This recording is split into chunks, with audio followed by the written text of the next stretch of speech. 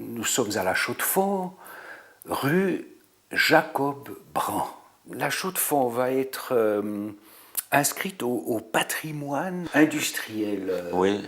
C'est lié aussi à toute une redécouverte qui est faite dans cette ville autour de l'Art Nouveau, on appelle l'Art Nouveau. Il en reste quand même quelques témoins, malheureusement un peu assez rares parce qu'il y a eu beaucoup de destruction. Ça, c'est lié dans le fond aussi l'intérêt quand même lié au début de Le Corbusier, hein, quand il s'appelait encore Charles-Édouard Jeanneret, qui fréquentait l'école d'art à La Chaux-de-Fonds. Il est quand même parti à 30 ans, Le Corbusier de La Chaux-de-Fonds. Il a donc eu le temps de laisser quelques traces de ses débuts, avant qu'il soit Le Corbusier, bien sûr. Mais il a construit ses premières maisons ici. Et puis ce mouvement de l'Art Nouveau, qui partait dans le fond de l'école d'art de La Chaux-de-Fonds, avec un personnage qui a été longtemps oublié, dont on reparle maintenant beaucoup, qui est Charles Lesplatnier, autour de sa personne, qui a mis en mouvement plein de gens, beaucoup de ses anciens élèves notamment, et qui avait alors une idée très claire de ce qu'il fallait comme architecture de décoration, etc. Alors ça s'est retrouvé dans certains bâtiments, dans certaines aussi décorations de bâtiments, parce que ça a même donné naissance au style sapin. C'est qu'il il partait de la pive ou de certaines plantes, il stylisait les motifs et il les appliquait à différents objets, à différents édifices.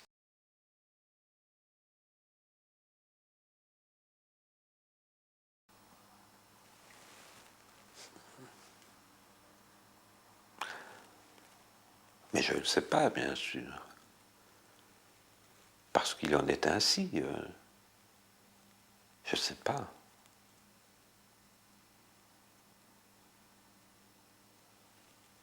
Quelle réponse à cette question?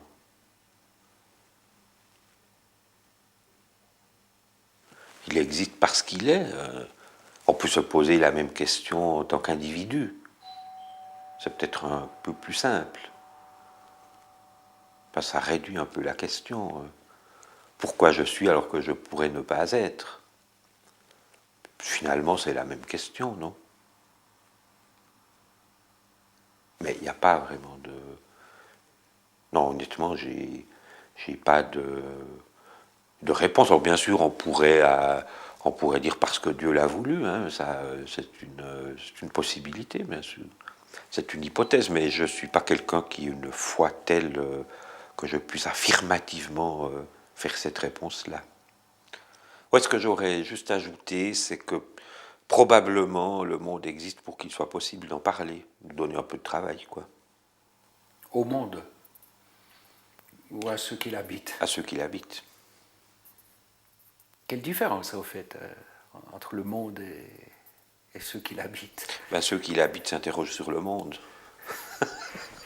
Puis est-ce que le monde... Le monde, je ne pense pas qu'il s'interroge sur nous. Non. Non, je ne pense pas. C'est nous qui nous interrogeons sur le monde. Oui. Ouais, est-il né par hasard? Est-il né d'un créateur qu'on aurait décidé, d'un semeur? Je verrais plutôt alors un créateur comme un semeur, plutôt que comme un architecte qui aurait tout prévu, parce qu'alors, ouais, pauvre ami, hein, il serait quand même pas mal raté souvent. Hein. Tandis que quand on sait, on ne sait pas toujours très bien ce qui va pousser. Il est difficile de maîtriser euh, tout ce qui peut pousser du fait d'une volonté de faire émerger quelque chose de rien. Ce qu'est le travail de l'écrivain d'ailleurs. En quelque sorte, un écrivain est dans la position de Dieu quand il écrit. Il crée des personnages, il décide de leur sort, il crée un monde, il crée un univers. Ouais, il y a quelque chose de... Il n'a aucune réponse à une question aussi terrifiante que celle que tu viens de poser, mais effectivement que le Créateur est dans la position de Dieu, mais sans être Dieu, naturellement. Créer, pour moi, ça veut dire, en fait, c'est explorer. C'est chercher, c'est questionner, c'est explorer, et voir comment, puisque c'est mon domaine d'expression, comment créer un univers à partir de ce que je porte en moi qui est inexprimable et que je ne peux tenter d'exprimer autrement que par la littérature. C'est pas rendre compte. Le rendre compte peut faire partie de cette exploration, mais c'est pas, il ne s'agit pas d'un simple compte-rendu du monde, ou s'il s'agit d'un compte-rendu, c'est un compte-rendu qui va tenter de dire ce qu'on ne parvient pas à exprimer à travers la stupéfaction et la surprise même que peut nous inspirer la banalité, ou ce qui nous apparaît comme banal, qui en réalité ne l'est pas. Derrière le geste le plus simple se cache souvent une complexité incroyable.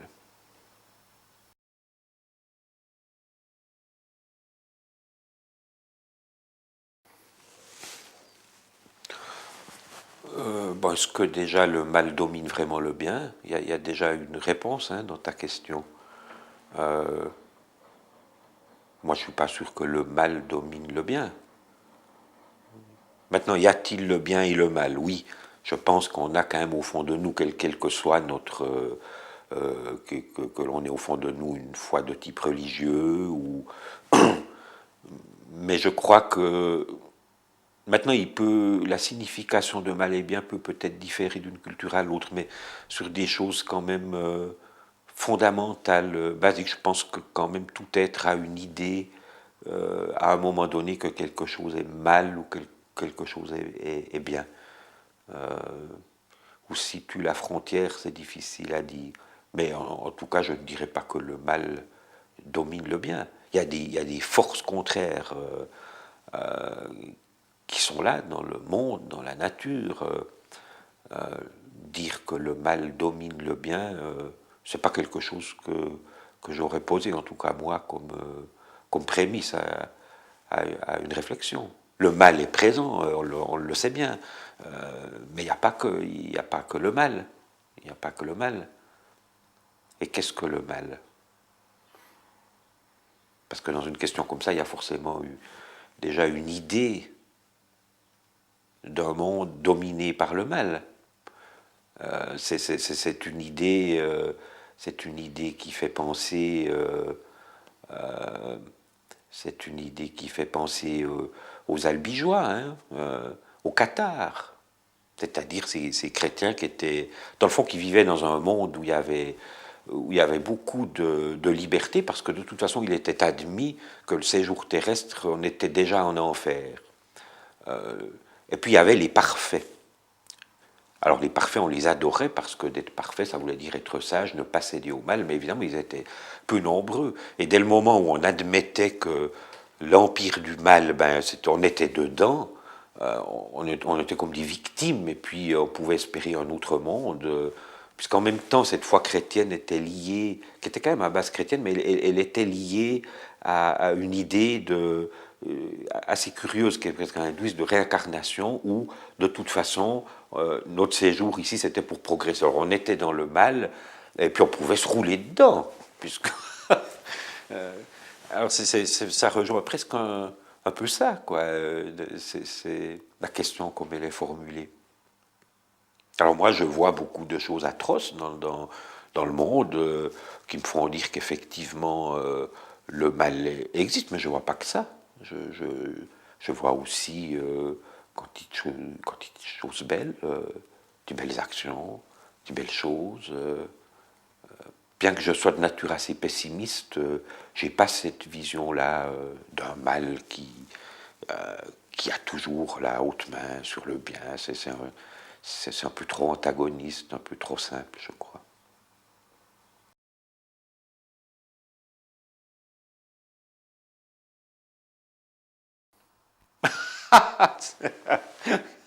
Ça alors c'est vraiment... ouais, c'est une vaste question. Comme veut-on, ça veut dire... pour moi, ça veut dire pourquoi suis-je né, parce que finalement, j'ai pas demandé à être là. Que me veut-on? Alors moi, très vite, je transforme cette question à que me veut-on, parce que que me veut-on, on pose déjà presque un peu en victime. Hein, que me veut-on, enfin, quel est, mais qu'on me fiche la paix, enfin, qu'est-ce qu'on veut de moi? Bien sûr, on est tous parfois devant ce type de questionnement, mais je pense qu'il est vraiment préférable, parce que si on vit constamment avec que me veut-on, on va se trouver très vite dans une position de quelqu'un qui se sent assailli, de quelqu'un qui peut très vite devenir une espèce d'obsédé, qu'on lui veut toujours du mal. Non, il vaut mieux se dire que puis-je faire? Que puis-je faire de mieux? Comment puis-je me mettre à la hauteur du monde? Et puis essayer d'échapper à cette terrible question que me veut-on, mais que puis-je? Qu'est-ce que j'aime? Pourquoi j'aime? Pourquoi je trouve ça beau et puis ça pas beau? Enfin, quelque chose qui va permettre de construire. C'est un roman sur l'écriture, sur la littérature, et comment la littérature envahit celui qui s'y adonne. Alors le petit passage, il est consacré à Giacomo. C'est un garde-voie. En réalité, c'est le garde-voie du Simplon. C'est un homme qui tous les jours traverse la moitié du Simplon à pied. C'est son travail, pour vérifier qu'il n'est pas tombé une tôle d'un wagon, qu'il n'y a pas trop d'écoulement dans les roches ou que sais-je. Et c'est un des personnages, parmi les gens qui ont lu ce livre, beaucoup ont pensé que c'était un personnage vraiment imaginaire, totalement, alors qu'il est au contraire totalement vrai. À la fin, je ne saurais plus. J'aurais perdu le goût de dire et je m'accrocherai comme une tique à mon propre sang. Ce livre pourrait être un livre qui se nourrit de son mal, ébauche d'histoires sans fin, se reformant comme autant de croûtes successives sur une plaie grattée par habitude. J'enfilerai machinalement des mots sur les lignes tendues à travers les pages, et des lambeaux de mémoire suspendus au fil de l'écriture sécheront au vent de l'amnésie. Je serai devenu le désapprenti chaque jour attelé à une entreprise d'effacement. À force d'oubli, je verrai enfin Giacomo avec des yeux neufs. Je l'entendrai parlant à Laura de l'enfant qu'ils n'auront jamais eu, et cet enfant m'apparaîtra aussi vivant que s'il avait été. La tête lourde de visions, je les verrai distinctement comme un couple acharné à se vouloir couple dans les méandres de sa stérilité. Giacomo parviendra au terme de son dernier kilomètre de tunnel et sera sacré champion du Simplon. Il déposera sa clé et sa lanterne au bord du rail. Un chef d'arrondissement des CFF s'avancera et il lui remettra une médaille et un abonnement général de libre parcours à vie sur tout le réseau ferroviaire du pays. Il lui serrera la main, regard droit dans le sien, et il lui souhaitera une heureuse retraite. Ensuite, il dira sobrement: les chemins de fer fédéraux honorent en vous l'infatigable travailleur de l'ombre, l'inépuisable marathonien qui n'a cessé de brandir sous les Alpes le flambeau de la sécurité du train. Que Dieu vous prête vie pour une longue et lumineuse retraite. Voilà.